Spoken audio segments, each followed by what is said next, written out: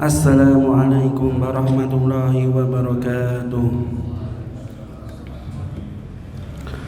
Innal hamdalillah nahmaduhu wa nasta'inuhu wa nastaghfiruh wa na'udzu billahi min syururi anfusina wa min sayyiati a'malina. May yahdihillahu fala mudilla lahu wa may yudlil fala hadiyalah. Asyhadu an la ilaha illallah wahdahu la syarika lah wa asyhadu anna Muhammadan abduhu wa rasuluh, amma ba'd. Ma'asyiral muslimin, para jamaah hadirin yang dirahmati Allah Subhanahu wa taala. Alhamdulillah, pada kesempatan yang mulia ini Allah Subhanahu wa ta'ala melimpahkan berbagai macam nikmatnya kepada kita semuanya, di mana pada malam yang berbahagia ini kita masih bisa menjalankan di antara kewajiban kita, yaitu kewajiban untuk senantiasa menuntut ilmu. Kemudian salawat dan salam senantiasa tercurahkan kepada junjungan Nabi kita, Nabi Muhammad sallallahu alaihi wasallam, beserta keluarganya, sahabat-sahabatnya, dan juga orang yang senantiasa meniti jalannya. Ma'asyiral muslimin yang dirahmati Allah Subhanahu wa taala, insyaallah pada kesempatan yang mulia ini kita akan melanjutkan kajian dari kitab Minhajul Muslim karya dari Asy-Syaikh Abu Bakar Jabir Al-Jazairi rahimahullahu taala rahmatan wasi'ah. Dan insyaallah pada kesempatan kita kali ini kita akan melanjutkan pembahasan tentang masalah fi ahkamil janaiz, atau hukum-hukum yang berkaitan masalah merawat jenazah. Dan kita telah masuk mukadimahnya, dan sekarang kita masuk ke kelanjutannya, yaitu poin yang ke-8. Poin yang ke-8, wujubu iyadatil maridi, kewajiban untuk menjenguk orang yang sakit. Silakan ya ikhwah, dibuka bukunya kemudian dibacakan. Bismillahirrahmanirrahim. Qala al-mu'allifu rahimahullahi rahmatan wasi'ah. Poin ke-8, kewajiban menjenguk orang sakit. Diwajibkan atas seorang muslim menjenguk saudaranya sesama muslim yang sakit, berdasarkan sabda Rasulullah sallallahu alaihi wasallam, at'imul ja'i'a wa'udul maridha wa fukkul 'aliyah. Berilah makan orang yang lapar, jenguklah orang yang sakit, dan bebaskanlah tawanan. Ketika seorang muslim menjenguk saudaranya sesama muslim yang sakit, maka dianjurkan padanya supaya mendoakan kesembuhan saudaranya, mewasiatkan kepadanya supaya bersabar dan mengucapkan perkataan yang melegakan hatinya, sebagaimana dianjurkan pula untuk tidak duduk berlama-lama di sisinya. Kebiasaan Nabi sallallahu alaihi wasallam pada saat menjenguk orang sakit, beliau mengatakan kepadanya, la ba'sa tahurun insyaallah, tidak apa-apa, insyaallah ia pembersihmu dari dosa. Sepatutnya seorang muslim mengatakan ketika dia menjenguk saudaranya yang sakit. Naam. Ma'asyiral muslimin yang dirahmati Allah Subhanahu wa taala, sang muallif rahimahullahu taala beliau menjelaskan di poin yang ke-8, beliau mengatakan, yajibu 'alal muslim ayyadatu akhihil muslim idza maridha. Wajib bagi seorang muslim, atau juga bisa maknanya dianjurkan bagi seorang muslim, untuk menjenguk saudaranya sesama muslim jikalau dia sakit. Jikalau dia sakit. Sebagaimana sabda Nabi sallallahu alaihi wasallam, at'imul ja'i, berikanlah makanan kepada orang yang lapar, wa'udul maridho, kemudian jenguklah orang yang sakit, wa fukkul 'ani, dan bebaskanlah tawanan.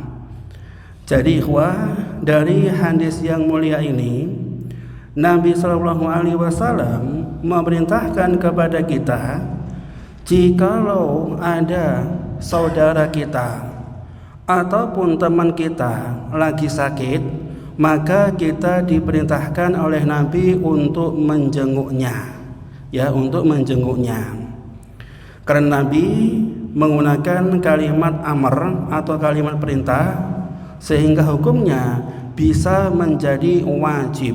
Ini sebagaimana pendapat dari sang penulis kitab ini. Dan jikalau ikhwah kita mengetahui keutamaan orang yang menjenguk, orang yang sakit, maka insya Allah kita akan termotivasi dan mau melakukannya, dikarenakan di baliknya ikhwah itu ada keutamaan yang besar dan juga pahala yang besar yang Allah janjikan bagi seorang mukmin jikalau dia menjenguk saudaranya yang sakit. Sebagaimana yang disabdakan oleh Nabi sallallahu alaihi wasallam, hadis riwayat dari Imam Tirmizi dan juga Imam Ibnu Majah dengan sanad yang sahih.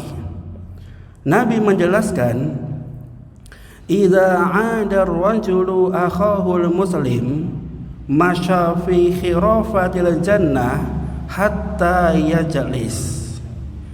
Apabila seseorang menjenguk saudaranya yang muslim yang lagi sakit, maka seakan-akan dia berjalan sambil memetik buah-buahan surga sampai dia itu duduk.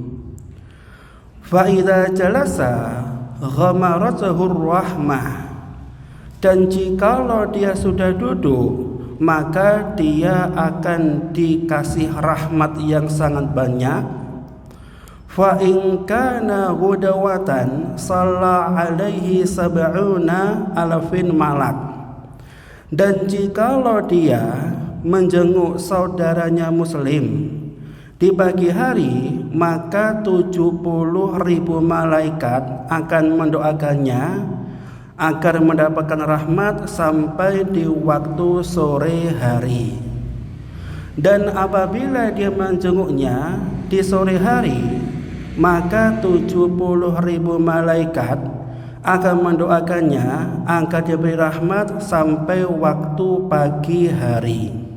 Jadi ini keutamaan bagi orang yang mau menjenguk saudaranya sesama muslim jikalau dia ditimpa suatu musibah berupa rasa sakit. Wa yustahabbu lahu idza 'adahu fi maradihi an yad'u lahu bisyifa, dan dianjurkan baginya jikalau dia menjenguk temannya ketika sakit agar mendoakan dengan kesembuhan, wa an yusiyahu bisabri, dan mewasiatkan dengan kesabaran, dan juga mengatakan suatu perkataan yang bisa membahagiakan orang yang sakit. Jadi jikalau kita menjenguk orang sakit, maka kita hibur dia dan kita mengucapkan kata yang bisa membahagiakan dirinya agar dia mungkin merasa senang dan juga sedikit terobati dari rasa sakitnya. Dan kalau bisa jangan sampai kita itu menakut-nakuti dia. Ini yang biasanya kita mungkin lupa. Contohnya apa? Nakut-nakuti dia seperti antum cerita, ya akhi, hati-hati ya, antum ini sakit, dan sakitnya mirip seperti teman saya kemarin, dia sakit qadarullah tadi pagi meninggal dunia. Lah ini Dan ini termasuk menakut-nakuti orang yang sakit. Bukannya orang yang sakit itu senang, tapi malah menjadi makin kepikiran dan boleh jadi akan bisa menyebabkan penyakitnya makin parah, ya, karena dia itu merasa ditakut-takuti, ya. Jadi kalau bisa setiap kata yang kita ucapkan itu bisa membuat hatinya senang. Kama yustahabbu lahu alla yutilal julusa indahu. Dan juga dianjurkan jangan berlama-lama ketika duduk menjenguk orang sakit. Ya, contohnya ada orang sakit, kemudian temannya karena saking kangennya dia menjenguknya, tapi ketika menjenguk sampai 1 hari penuh. Ya, sampai 1 hari penuh. Maka hukumnya jangan sampai seperti itu, Kenapa? Dikarenakan orang sakit, dia itu butuh banyak istirahat. Sehingga jikalau ada penjenguk dan dia lupa waktu, boleh jadi orang yang sakit dia itu tidak istirahat dan makin parah sakitnya. Dan ini pernah terjadi dengan tetangga saya. Jadi ketika hidupnya itu jarang sekali sakit, jarang. Dan suatu ketika qadarullah, Allah memberikan ujian baginya. Dia sakit dan harus opname di sebuah rumah sakit, ya, opname, ngamar. Kemudian dikarenakan tetangganya nggak pernah mendapati dia sakit dan nggak pernah opname, akhirnya hampir mungkin 1 RW semua itu menjenguk. Dan ketika menjenguk lupa waktu, ya, yang biasanya itu dibatasi 1 orang hanya 10 menit, ini 1 hari penuh nggak ada pembatasan. Jadi orang penjenguk itu silih berganti. Dan qadarullah malamnya yang sakit makin drop, ya, makin drop, dan akhirnya qadarullah beberapa waktu setelahnya dia meninggal. Maka kalau ada orang sakit kita boleh menjenguk, tapi harus tahu waktunya. Jangan kita lama-lama untuk menjenguknya, mungkin cukup 1/4 jam sudah agak lama. Ini ini yang jarang kita sadari. Wa kana sallallahu alaihi wasallam idza 'ada maridon qala lahu. Dan Nabi sallallahu alaihi wasallam ketika beliau menjenguk orang sakit, maka beliau mengatakan kepada orang sakit, la ba'sa tahuron insyaallah. Ya, enggak apa-apa, insyaallah sakit ini akan menjadi pelebur dari dosa-dosanya antum. Ini kata yang ringkas yang diucapkan bagi penjenguk ketika menghibur saudaranya sesama muslim, ya. Falyakul al muslim dzalika li akhihi, dan hendaknya seorang muslim mengucapkannya ketika dia menjenguk saudaranya. Ini termasuk di antara doa yang ringkas yang dianjurkan penjenguk diucapkan ketika dia menjenguk orang yang sakit.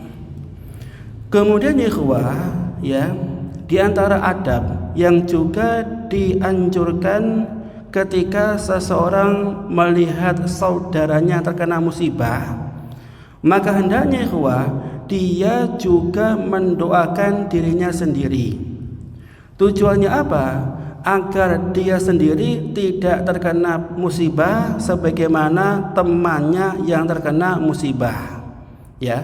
Ini sebagaimana yang diriwayatkan dari sahabat Ibnu Umar dari bapaknya, yaitu Umar radhiyallahu anhu, bahwasanya Nabi sallallahu alaihi wasallam bersabda, man ra'a sahiba bala'in faqala, barang siapa yang melihat saudaranya terkena musibah kemudian mengucapkan alhamdulillahilladzi afani mimma batalaka bihi wa faddalani ala katsirin mimman khalaqa tafdila. Ini doanya ikhwah.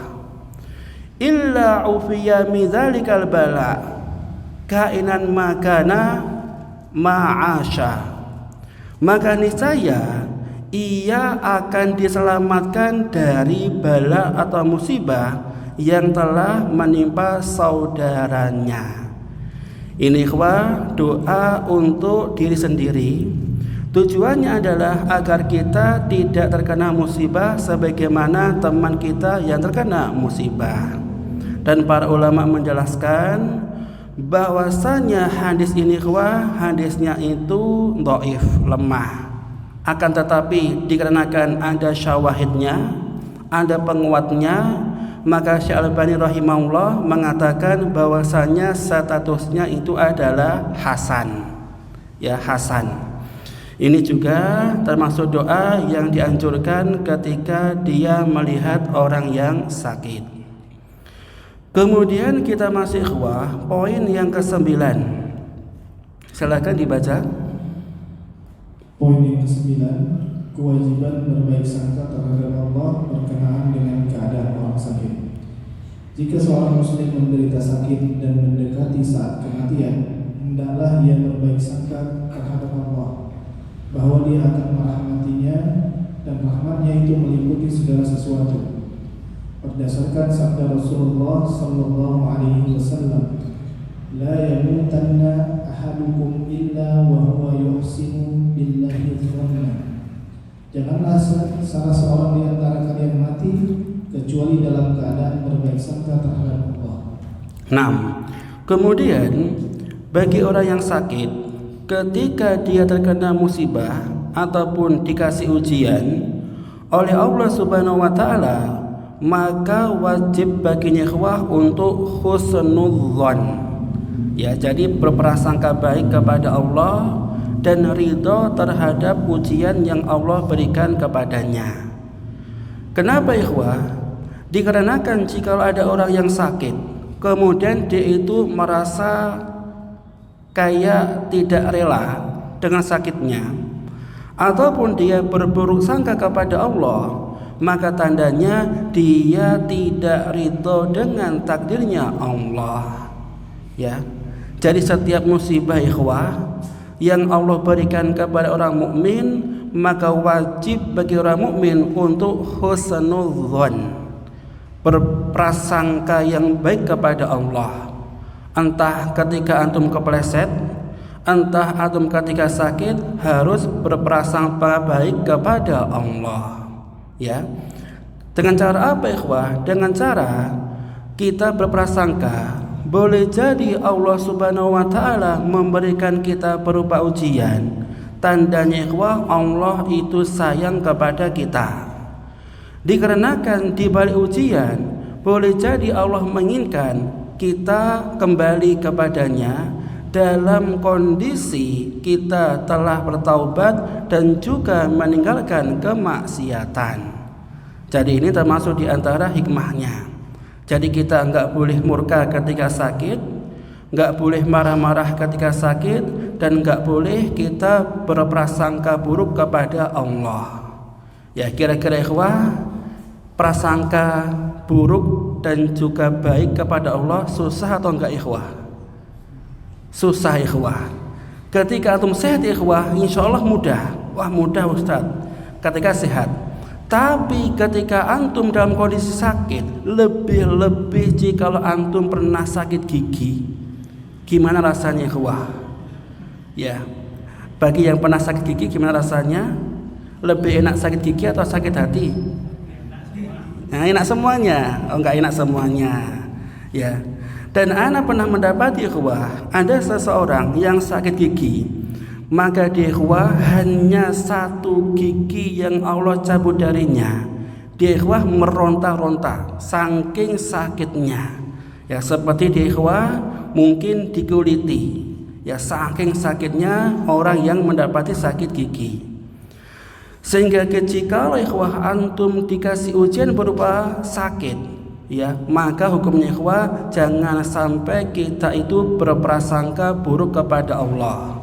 Pasti di balik musibah yang Allah berikan kepada seorang mukmin itu ada hikmahnya dan juga ada pahala yang besar yang Allah berikan kepada orang yang sabar.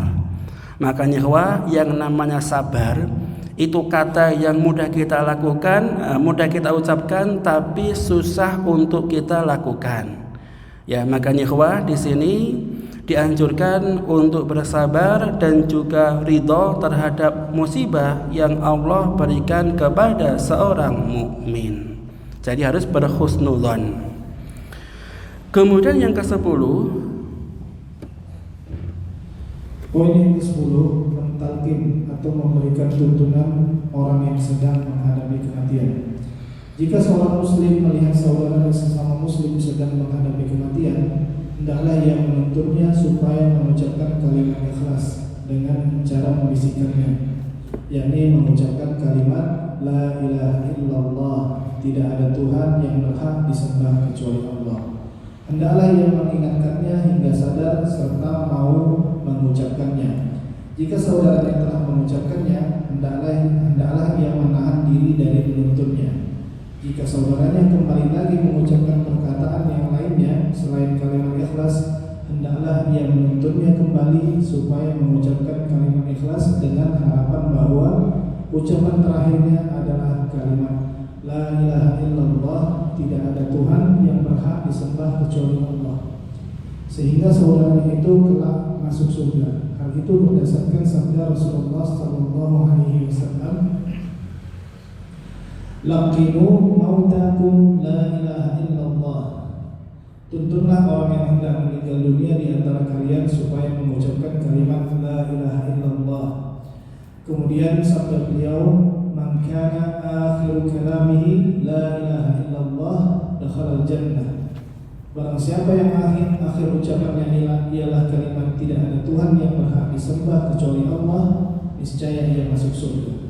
Nah, kemudian ikhwah, anjuran yang ke-10, jikalau kita melihat orang yang sakit dalam kondisi sekarat atau dia seperti akan meninggal, maka kita dianjurkan untuk mengajari talqin ikhwah. Ya, talqin dengan ucapan kalimatul ikhlas, yaitu la ilaha illallah. Ya, jadi kalau ada orang sakaratul maut, kita ajari dia mengucapkan la ilaha illallah. Kenapa ikhwah? Dikarenakan ada janji dari Allah Subhanahu wa taala melalui lisan Nabi sallallahu alaihi wasallam, jikalau ada orang meninggal dan sebelum meninggal dia mampu mengucapkan kalimat la ilaha illallah, maka jaminannya itu adalah surga. Ini sebagaimana sabda Nabi, man kana akhir kalamihi la ilaha illallah dakhala al-jannah. Barang siapa ucapan terakhir yang dia ucapkan kata la ilaha illallah, niscaya dia akan masuk surga. Dan ini ikhwah hendaknya kita lakukan ketika melihat ada orang dalam kondisi sakaratul maut. Jadi cara mentalkinnya ikhwah itu menggunakan lafaz la ilaha illallah. Jadi kalau ada orang mentalkin, jangan hanya menggunakan lafaz Allah Allah. Kira-kira ikhwah boleh atau tidak ikhwah? Hanya mengajarkan lafaz Allah saja. Kira-kira boleh apa enggak ikhwah? Nah, kalau kita ikhwah melihat dari lafaz hadis dari Nabi sallallahu alaihi wasallam, bahwasanya Nabi sallallahu alaihi wasallam itu mengajarkan mengucapkan la ilaha illallah, sehingga yang paling utama adalah kita mengamalkan apa yang Nabi sallallahu alaihi wasallam contohkan. Jadi kita mentalkin orang yang mau meninggal dengan lafaz la ilaha illallah. Dan juga ikhwah, ini ditekankan tegaskan dalam hadis yang lain. Nabi bersabda, "Lakinu mautakum la ilaha illallah." Maka ajarilah, talqin kalimat la ilaha illallah bagi orang yang akan meninggal. Ya, bagi orang yang akan meninggal. Ini sebagaimana tafsiran dari Imam Nawawi rahimahullah. Kemudian ikhwah, ketika antum talqin sang mayit atau orang yang akan meninggal, antum harus tahu caranya ikhwah. Enggak hanya sekedar mengucapkan la ilaha illallah, tapi harus tahu adabnya. Bagaimana ikhwah adabnya? Yang pertama itu adalah ketika mentalkin orang yang mau meninggal, diusahakan ikhwah harus dengan suara yang lemah lembut. Jangan dengan cara teriak-teriak ikhwah. Kalau antum ikhwah tahu ada orang akan meninggal dan antum teriak-teriak saya mengucapkan kalimat la ilaha illallah, kira-kira ikhwah yang sakit akan mengucapkan atau akan jengkel? Kalau dengan cara teriak-teriak atau dengan suara keras, mesti hatinya ikhwah akan gerundel, ya, gerundel. Karena ikhwah yang namanya orang sakit, dia butuh tutur kata yang lembut, bukan malah diteriaki. Ini yang pertama ikhwah, mentalkin dengan suara yang lemah lembut. Kemudian ikhwah yang kedua, ketika antum mentalkin ikhwah, maka ikhwah diusahakan ikhwah hanya cukup 1 kali saja. Ini sebagaimana pendapat dari Imam Tirmidzi rahimahullah. Maknanya apa ikhwah? Cukup hanya 1 kali saja. Maknanya itu adalah ketika dia sudah mengucapkan kalimat la ilaha illallah, sudah cukup itu aja. Ya, sudah, gak usah diulangi lagi, antum talqin lagi jangan. Kecuali ikhwah, jika orang yang sakit ketika habis mengucapkan la ilaha illallah, dia ngomong selain kata tadi. Contohnya, ambilkan aku minum. Maka hukumnya jika dia berkata selain kata tadi, maka antum talqin lagi. Itu maknanya. Kira-kira bisa dipahami ikhwah? Bisa. Dan antum pernah nggak mentalqin orang yang akan meninggal? Mas Fajar pernah apa enggak? Nggak pernah ya. Kalau mas-masnya kayaknya masih belum ya. Tapi kalau bapak-bapaknya kayaknya sudah. Ya biasanya mungkin ketika nunggu orang tuanya lagi sakit, ataupun mungkin nunggu pamannya ataupun saudara yang sakit dan menunggunya sampai si sakit meninggal. Ya jadi ikhwah, ketika antum mendapati orang sakaratul maut, maka antum talqin dengan lafaz la ilaha illallah. Bagaimana ikhwah caranya? Kita bedakan bahwasanya orang yang sakit akan mati. Bagaimana caranya? Biasanya antum menggunakan cara apa ikhwah? Gimana kira-kira? Loh, bapak-bapaknya yang pengalaman bagaimana? Dengan bisikan. Itu caranya dan dibisikkan di telinga. Kalau tanda-tanda ada orang mau meninggal, itu apa ikhwah biasanya? Kaki dingin. Kemudian apa lagi? Matanya ke atas. Ya. Apalagi ikhwah? Gelisah. Naam. Dan juga ikhwah biasanya nafas ikhwah itu apa? Tersendat-sendat. Ya enggak normal nafasnya. Maka jika antum mendapatkan orang sakit seperti itu, maka insya Allah dia mungkin akan meninggal. Insya Allah. Maka ketika itu ikhwah, antum talqin dengan kalimat la ilaha illallah. Ya.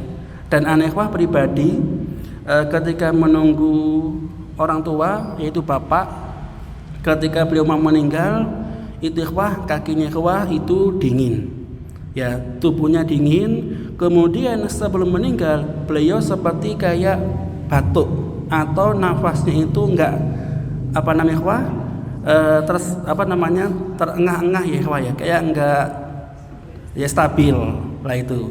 Dan alhamdulillahnya mampu ditalkin ikhwah ya. Ini cara ikhwah mentalkin orang yang akan meninggal ya.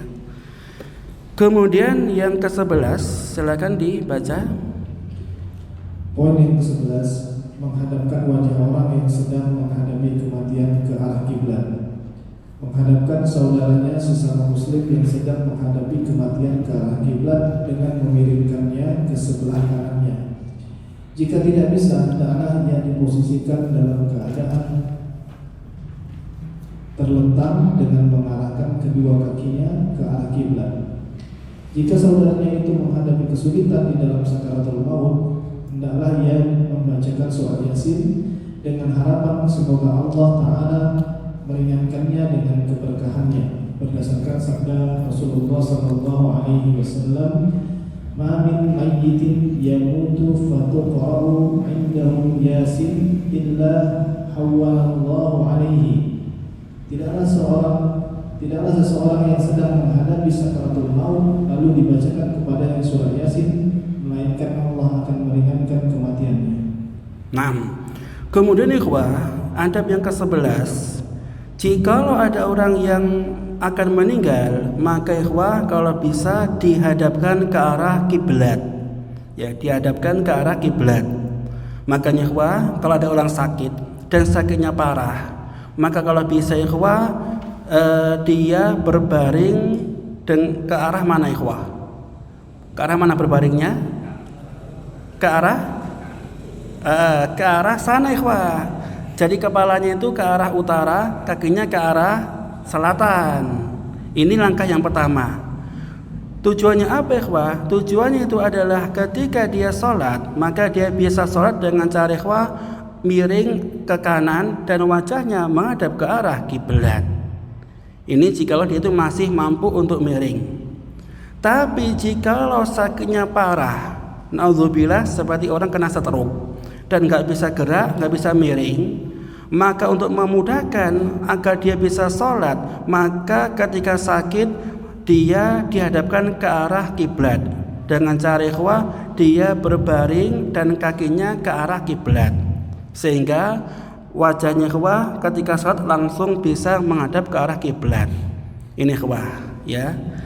Dan jikalau ikhwah ada tanda-tanda dia akan meninggal ataupun ketika sakaratul maut, dijelaskan dalam kitab ini itu dianjurkan untuk membaca surat Yasin ya, dalam kitab ini ikhwah. Sebagaimana yang diriwayatkan bahwasanya ada suatu hadis, ma min mayyit yamutu fatuqra 'indahu Yasin illa hawwanallahu alaihi. Tidaklah ada suatu mayit yang meninggal kemudian dibacakan Yasin kecuali Allah akan meringankan kematiannya. Kira-kira ikhwah, bagaimana pendapat antum ikhwah? Sebelum meninggal dibacakan surat Yasin, kira-kira boleh apa enggak ikhwah? Boleh? Sebelum meninggal boleh kira-kira? Nah, maka para ulama ikhwah beda pendapat menjadi dua pendapat ya. Pendapat pertama ikhwah ini sebagaimana pendapatnya Ibnu Qudamah dan juga Ibnu Hibban. Jikalau ada orang sebelum meninggal dibacakan surat Yasin, maka hukumnya itu dibolehkan.